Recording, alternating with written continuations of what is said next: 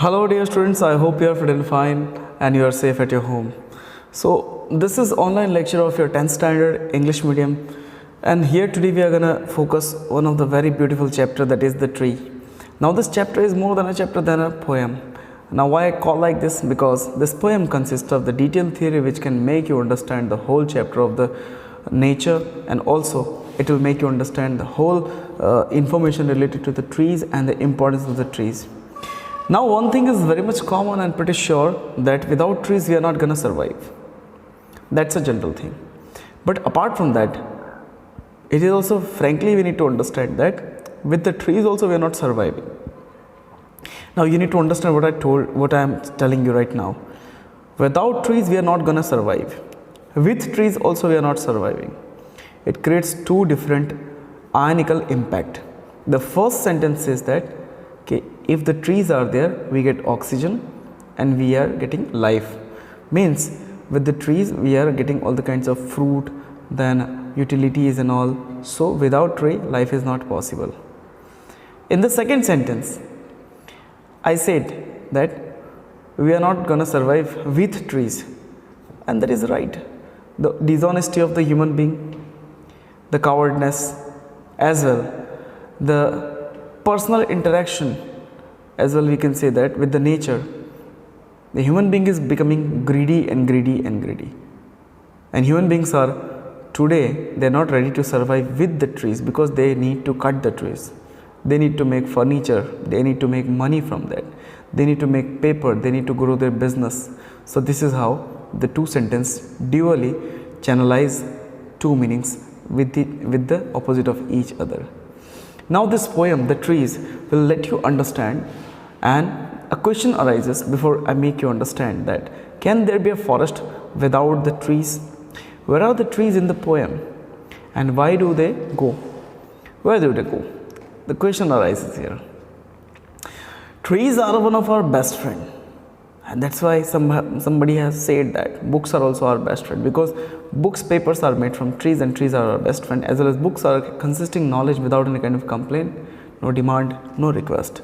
Same as trees are also doing.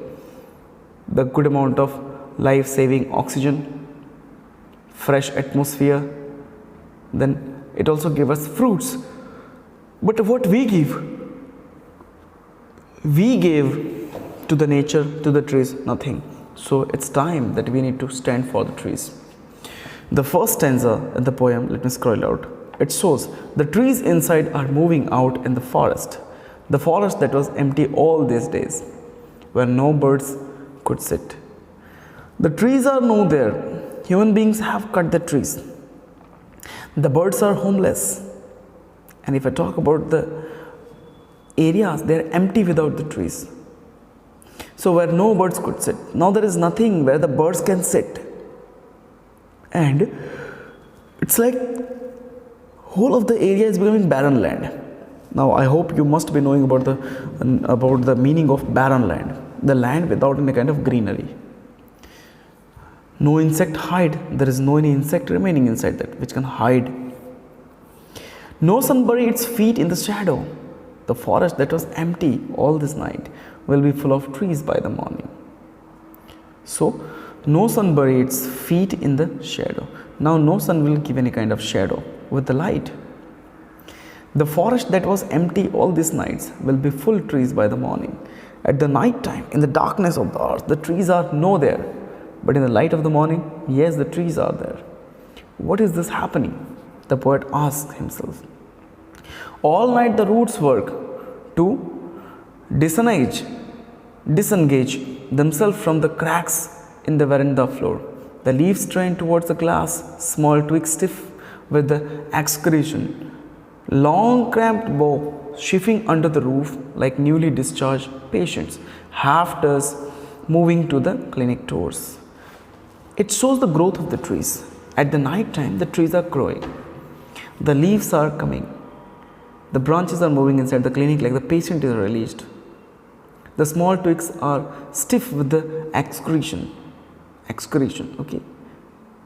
So it is like the trees are alive and they are performing same as like I am performing, like you are performing. So that's how the trees are the thing which we actually resemble in this poem. Once again, I'll make you understand. See, all night the roots work to disengage themselves from the cracks in the veranda. Disengage themselves from the crack in the veranda means the roots are trying to grow more internally in the veranda. That's a kind of like a part of your house.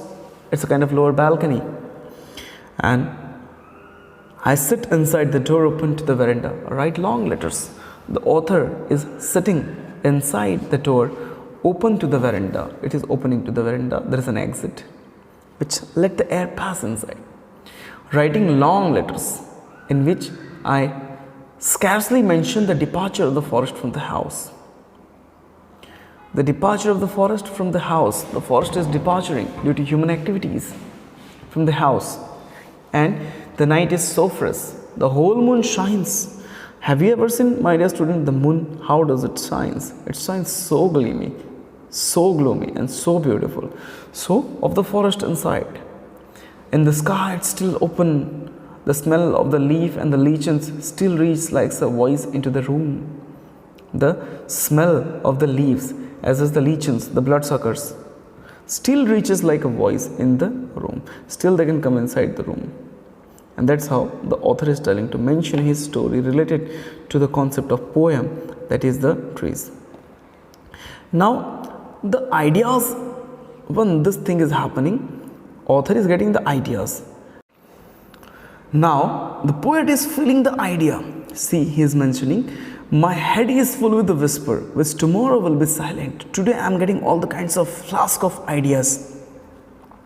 Tomorrow may be my brain blank. It will be silent to the listen. The grass is breaking. The grass is making sound. The trees are growing internally. The trees are stumbling forward into the night. They're somehow like moving to the jungle. Wind rushed to meet them. Wind is also coming to meet them. A moon is broken like a mirror. And the moon is getting a shine. Same perfect as like a mirror. Its piece flashed now in the crown of the tallest oak. And the moon's shadow, or the moon is looking on a geometrical angle where you can observe that moon is looking like a crown over the oak tree. So that is how the tallest oak is actually hiding, trying to hide the moon by its tall, weary grasses like branches and also the newly grown twigs. So this poem deals with the very majestical concept of relativity with the tree, and apart from that, this also delivers the thought that trees are moving and one day they will go. Where they will go? You can only find the trees in the jungle. So before they vanished in the jungle, before they vanish in the jungle, it's our moral duty that we need to protect that, because the trees are the only thing which are from the group of all the natural things. They don't demand, they don't ask, they don't complain, they don't request, but they do give all the kinds of utilities and every kind of life-saving things from the nature free of cost. So we do respect, and we should always respect the tree. And this poem is actually presented by Andrin. So this poem is actually making you to understand the value of tree as well as the value of the natures and the environment also. Now after finishing this, we will be moving to the next poem. So in this chapter, in this video lecture, we are going to take two poems back to back. Now the another poem is a very short poem that I will make you understand, and it's a poem related to the natural legend only. Let me see and show you. See, the fog. A very divine, a beautiful, a conceptualized poem. Its meaning is very, very deep, as the poem is very, very short. And you can check it out, The Fog, that is actually written by Carl Sandburg. Now, see, my dear student, you might have seen the fog. Fog is a kind of thing which will make you to get some kinds of inspiration also. Have you ever walked in the fog? While the fog is there over the path, whenever you're walking on the path, the fog, you need to move slowly and slowly. You can't run, you can't see any object, But as you go slowly, slowly, the fog clears and you can reach to your destination. It means that whatever problem is there in the life, you don't need to run for that. You just walk properly, walk slowly. It means you do the hard work slowly. The problems, the fog of the problem will be vanishing, and slowly, slowly, slowly you will reach at the destination.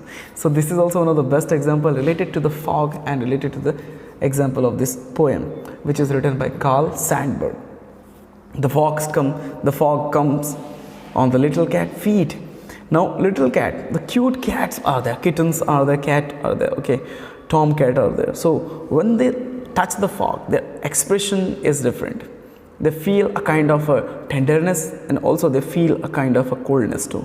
So the fog comes on a little cat feet. It sits looking over the harbor and city, one of the silent haunches, and then moves on. Means a cat is actually waiting for something at the harbor. Now at the harbor, the cat must be waiting for the fish, because the harbor is the place where all the water areas are located.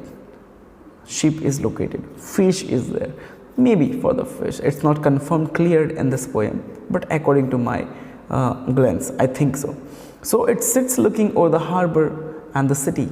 Now where is the cat located? Cat is actually located at the harbor, the city. So silent, haunches, and then moves on.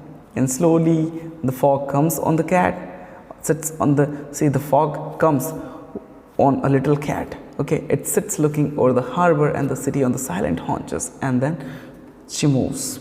Now the cat is moving, the fog is moving along with her.